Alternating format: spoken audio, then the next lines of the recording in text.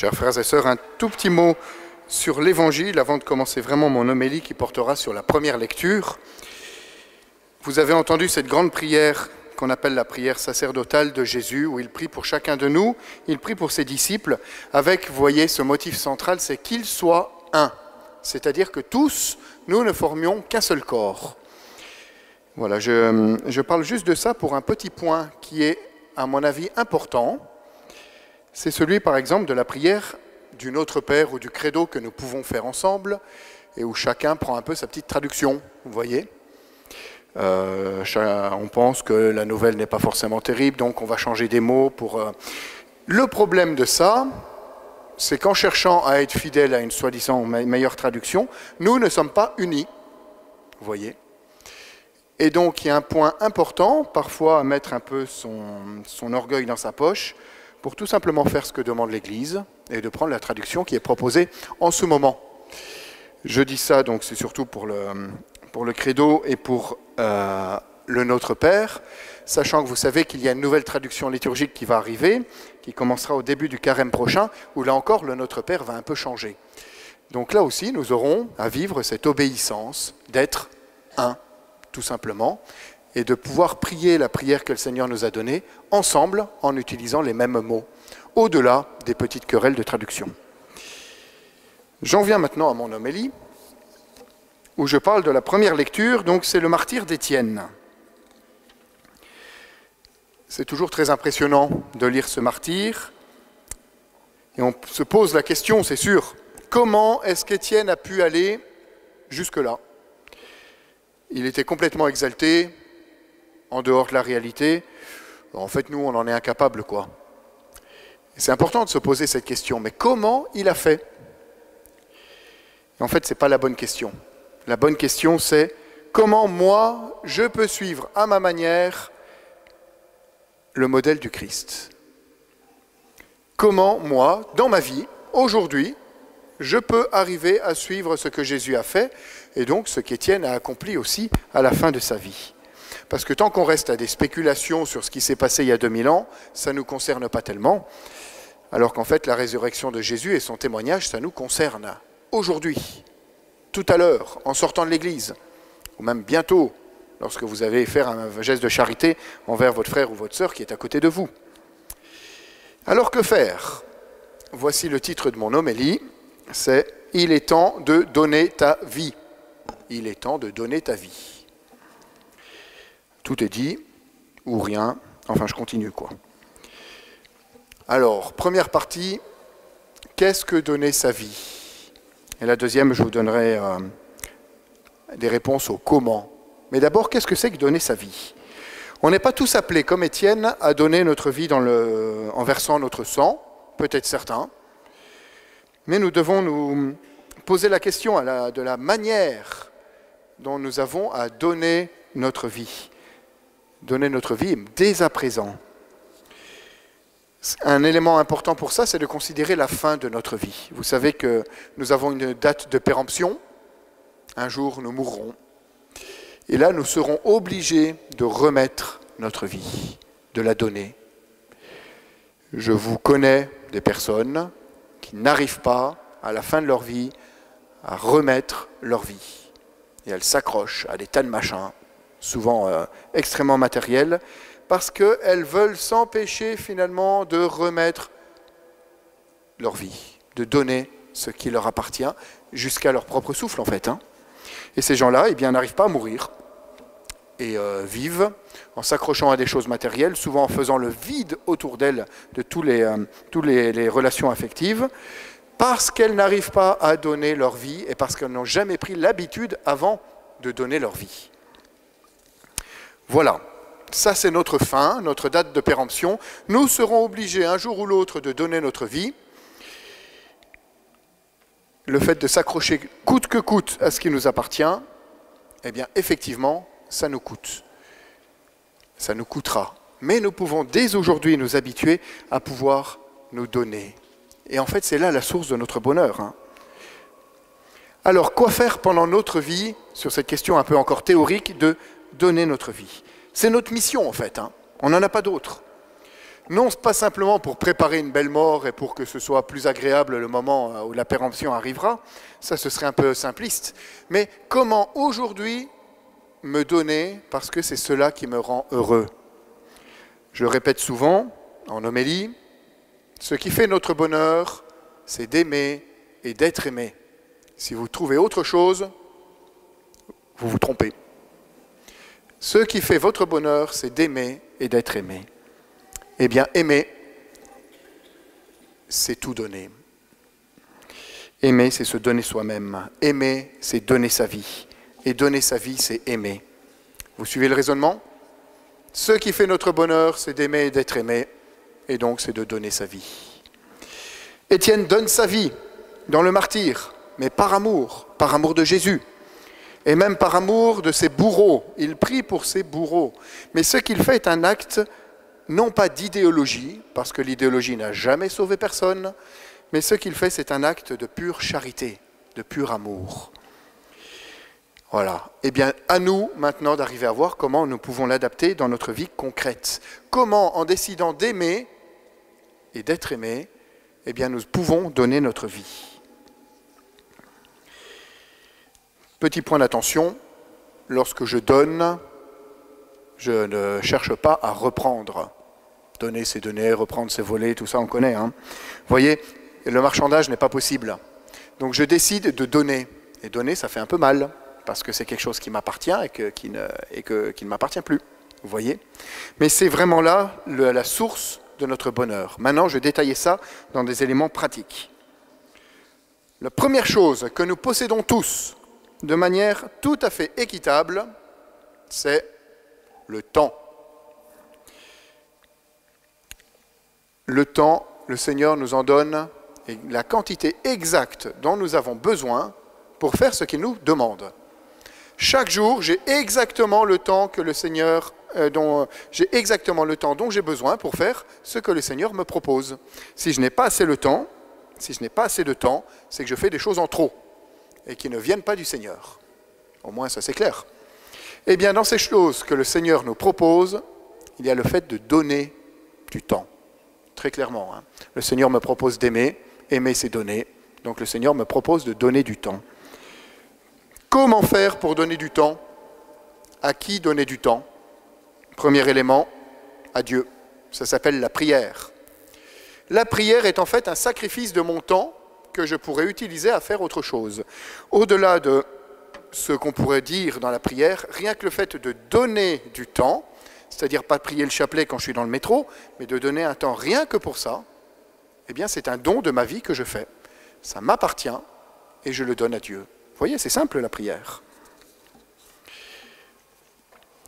Mon temps est précieux. S'il n'était pas précieux, d'ailleurs, ça n'aurait aucune valeur de le donner. C'est parce qu'il est précieux que je peux le donner. Pour ceux qui sont mariés, c'est important de pouvoir donner du temps à son époux, à son épouse, avec un ami qui en a besoin, avec un pauvre dont je sais qu'il ne me rendra rien, avec un coloc qui a besoin de parler. Vous voyez, donner du temps qui m'appartient. Je vous donne une autre piste à propos du temps, c'est donner du temps à la mission de la paroisse. C'est du temps qui coûte, mais c'est du temps que le Seigneur va faire fructifier. Vous voyez, ce temps, ce don que Dieu vous fait, vous êtes appelé à le faire fructifier. Eh bien, ça passe aussi par là où vous vous nourrissez, par votre paroisse. La mission de la paroisse, c'est d'évangéliser, c'est de vous faire grandir. Eh bien, ça ne se fera pas sans votre participation. Nous avons besoin, nous les prêtres, que vous puissiez vous investir. Autrement, on ne fait rien. On saura vous le rappeler en début d'année prochaine, pour votre bonheur. Deuxième élément, après le temps, une autre chose qu'on a tous, mais alors de manière peut-être un peu différente, c'est l'argent. Là, on touche au portefeuille, on touche à ce qu'on possède, à ce qui est matériel, et à ce qui fait mal. Mais c'est une question extrêmement importante. Comment je gère mon argent et comment je gère mes dons? Même quand on est un étudiant sans le sou, on peut donner un petit quelque chose. Je vous donne un ordre de priorité pour donner. Premier élément, la quête. Deuxième, le denier de l'église. éventuellement une œuvre caritative de l'Église, et encore après, une œuvre caritative qui n'a plus pas de lien avec l'Église. Mais il ne faut pas se tromper sur cette priorité. Je suis chrétien, mon premier investissement, il se fait dans l'Église. Un critère pour savoir combien donner, ça c'est important. Vous sentez dans votre cœur ce qui est juste, et vous donnez juste un peu plus. Et là, vous êtes sûr que vous êtes dans le vrai don. C'est facile. Voilà. Le temps, l'argent. Troisième lieu où on peut se donner, c'est les relations humaines. Je parle là d'abord de la famille pour ceux qui sont mariés, mais on peut voir ça de manière beaucoup plus large. Je suis admiratif des parents qui s'occupent de leurs enfants et qui ne comptent pas ni leur temps, ni leur argent, ni en fait tout ce qui fait leur vie. Ils donnent tout à leurs enfants. À ceux et celles que ça fait peur de pouvoir tout donner à leurs enfants, n'hésitez pas à venir me voir à la fin, on parlera de vocation. De toute façon, on est appelé à se donner. Voilà. C'est un don qui coûte, mais c'est un don qui rend heureux. Mais là aussi, il s'agit d'évaluer ce que l'on donne. Est-ce que je passe assez de temps avec un enfant qui m'agace prodigieusement pour l'instant? Est-ce que je suis disponible pour mon époux ou pour mon épouse lorsque je rentre du travail? Est-ce que j'arrive à couper mes connexions informatiques diverses et variées lorsque je suis avec des amis? Vous voyez, voilà une manière de me donner sans retour dans mes relations humaines et affectives. Quatrième et dernier point dans lequel nous pouvons donner notre vie, ce sont nos talents. Vous avez tous des talents, des compétences que le Seigneur vous a données. Le Seigneur nous a tous donné des cadeaux incroyables. Alors parfois, on a un peu de mal à les reconnaître, à les mettre en valeur, mais nous avons tous des dons inestimables. Vos compétences et vos talents, vous les mettez d'abord au service de vos études, de votre travail, et c'est normal, c'est votre première mission. Mais je vous propose quelques pistes en plus. Pourquoi non plus ne pas faire fructifier vos talents pour votre famille de cœur qui est votre paroisse? J'y reviens encore. Je l'ai déjà dit juste avant, votre paroisse, la paroisse a besoin de votre temps et de vos talents pour grandir dans la mission. C'est une nécessité. Si personne venait nous aider, nous, on célébrerait la messe, il y aurait 15 personnes devant, ce serait réglé. Vous voyez? Le Seigneur vous a donné des talents. Le premier lieu où ils vont grandir, c'est dans votre implication dans une mission d'église. Vraiment, hein? Et le premier lieu de mission d'église, c'est la paroisse. Je vous donne un petit témoignage personnel à ce sujet. Ceux qui me connaissent savent que je suis assez fondu d'informatique. Et pour moi, rentrer au séminaire a été un vrai sacrifice parce que je me suis dit, ce monde que j'aime beaucoup et que je maîtrise assez bien, eh bien en fait, je vais le perdre. Et pour moi, ça a été un choix de me dire, eh bien tant pis. Et Seigneur, je te le donne. Parce que je sais que tu veux faire quelque chose avec moi, même si ce n'est pas dans ce domaine-là. Eh bien, je vous garantis que depuis que je suis rentré au séminaire, je n'ai jamais fait autant d'informatique et je n'ai jamais développé autant mes compétences. Parce qu'en fait, il y en a eu besoin. Vous voyez, le Seigneur m'a donné un talent que j'ai transformé en travaillant en compétences. Eh bien, je le mets au service de l'Église. Alors que ce n'est pas vraiment là que je pensais pouvoir faire quelque chose. Voilà. Encore aujourd'hui à Saint-Lizier. Tout ça pour vous dire que si vous avez un talent, il est fait pour servir, et pour servir l'Église. N'hésitez pas à venir proposer vos compétences et vos talents pour faire grandir et avancer la mission de la paroisse. Nous en avons besoin. Si vous ne donnez pas votre talent, il manquera. Donc, 4 éléments pour donner sa vie. Je ne sais pas si vous vous en rappelez. Moi, je les regarde à nouveau.